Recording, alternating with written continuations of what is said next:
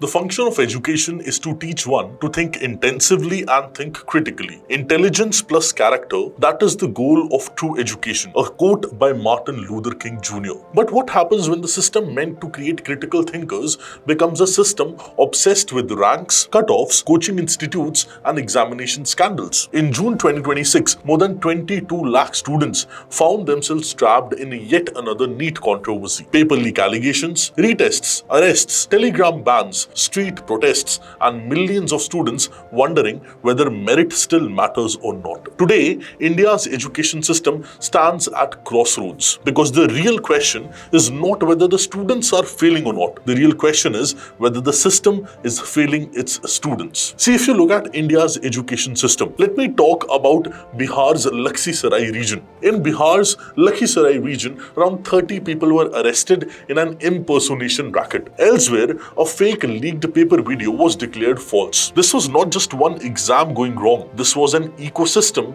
adapting in real time. And here's the line that should worry every parent, every student, every policymaker. If an examination system can be leaked, can be copied, sold, faked, reposted, and refaked within days, the crisis is no longer about a paper. The crisis is about trust. See, let us first look at scale, because scale is where most people lose perspective. India's school education system has around 14.71 lakh schools. 14.7 lakh schools, around 24.7 crore students, and around 1.01 crore teachers. That is massive. The Ministry of Education's 2026-27 budget allocation was around 1,39,289 crores, with around 83,562 crore for school education alone. So this is not a neglected system in the sense of money or size. It is a massive system with the massive ambition, and yet the same system keep producing the same headlines. Headlines are of paper leaks,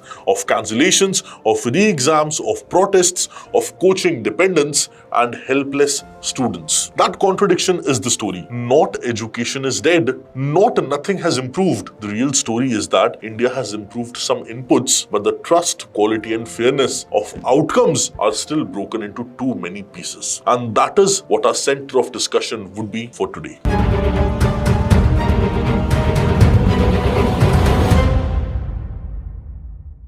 So one of the least discussed facts in the entire debate is that the Indian Express found that 45 major examination leaks were between 2002 to 2025, and only 2 cases led to conviction. That is the least discussed fact. We discuss about paper leaks, but who discusses about convictions? After paper leaks, after a few months, everyone just forgets about the total thing. And this is not a small failure. This is actually an accountability collapse. See, when the expected punishment is weak, the fraud market grows very stronger. This is why we need to tighten security. But tightening security is not enough as a slogan. Paper leaks are not random accidents. They're usually the result of chain. Insider access, weak custody, local collusion, digital forwarding, coaching, market monetization, and slow or inconsistent prosecution. So the Indian Express investigation also noted that only a handful of officials in the examination bodies were removed or they faced any action, which shows that the system often punishes the visible symptom, not the internal weakness. That is the first uncomfortable truth.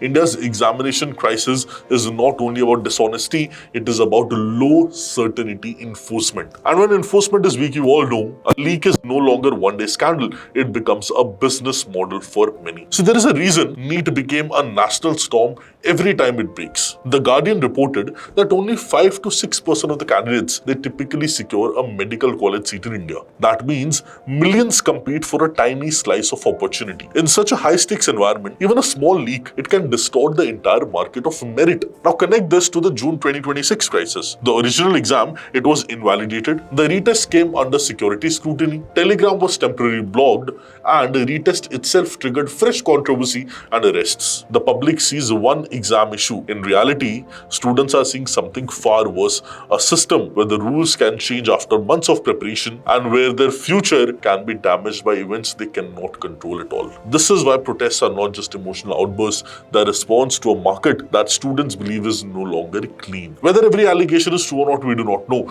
The damage has already happened at the levels that matters the most. See, now let us be very fair. India has has actually made real progress in school access and infrastructure? Yes, we had. According to UDISE Plus report of 24-25, dropout rates fell to 2.3% at the preparatory stage, 3.5% at the middle stage, and 8.2% at the secondary stage. Schools with computer access, they rose to around 64.7%, and those with internet access rose to around 63.5%. So anyone saying nothing has improved is simply wrong. But here's the trap. Access does not automatically mean learning. The report of ASER 2024, it shows that amongst the standard 3 children in rural India, only 23.4% could read a standard 2 level text, and only 27.6% could solve a subtraction at standard 2 level. The report also says learning improved after the pandemic, which is true, but the deeper point is that many children are still moving through grades without securely mastering basics. And that is the second hidden truth. India is often celebrating enrollment and infrastructure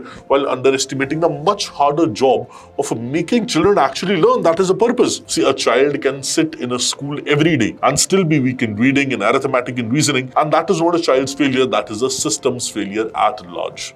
See, the PRS analysis of 2026-2027 education budget notes that the average pupil-teacher ratio is 24:1, which looks decent on paper, but the same report also says that 36% of the government schools have fewer than 50 students and just 1 or 2 teachers. That means many schools are not functioning like normal grade-wise institutions at all. They are very tiny, they are stretched, they are multi-grade setups, but when policymakers point to average ratios and say teacher availability has improved, they are not lying.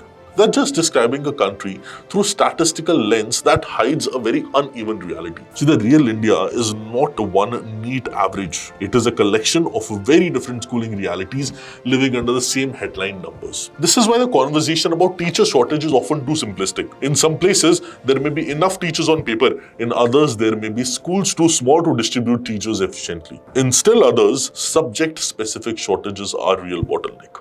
A single average, they cannot capture that complexity. So, availability of teacher and shortage of teacher, again, it's more complex than it sounds. See, one of the most under-discussed truths in India must be Comprehensive Modular Survey Education 2025, around 27.0% of the students, which means around 27% of the students were taking or had taken private coaching. And in urban areas, that figure was up to 30.7%, and in rural areas, 25.5%. And the average annual household expenditure on private coaching per student was around 3,988 rupees in urban areas, 1,793 in rural areas. The coaching cost also rise with the level of education, reaching around 6,384 nationally at higher education level. That means something deeper than students like extra classes. It means that the school system is increasingly outsourcing understanding to the market. Coaching is no longer merely support. For many families, it has become the real engine of exam preparation. And the same survey shows that 95% of the students reported household members as their first major source of funding. In other words, education is still overwhelmingly being paid for by the families out of pocket. And this matters because a system that depends heavily on household spending stops being a true equalizer and starts becoming a financial filter. And that is a third hidden truth. India's education problem is not only about access, it is about who can afford to convert access into real performance. That is the actual truth. See, the Economic Survey 2025-2026 highlighted a striking figure. Only 0.97% of 14 to 18 years old have received institutional skilling, while nearly 92% had none. And this is an extraordinary gap in a country that keeps calling its youth its biggest strength. This matters because the problem is not just about that schools are weak, it is that schools are often disconnected from the world beyond school. Students are pushed into high-stakes academic competition, but very few are being systematically prepared for the same, for employable skills, for applied learning, or work readiness. So when a family spends years and lakhs on coaching, the actual outcome is often still very, very narrow. One exam, one rank, one seat, one branch, one college. That is a very fragile model for a country with a massive young population and with a very competitive labor market. To be fair to the system, it's not that the system is pretending nothing is wrong. The NTA's May 2026 institutional reform note talks about the structural changes in question paper preparation and translation and printing logistics, along with AI and analytics-based control. Also biometric authentication, secure by design infrastructure, audits, and stronger stakeholder communication. That shows that the state has understood that the exam integrity now needs modern systems.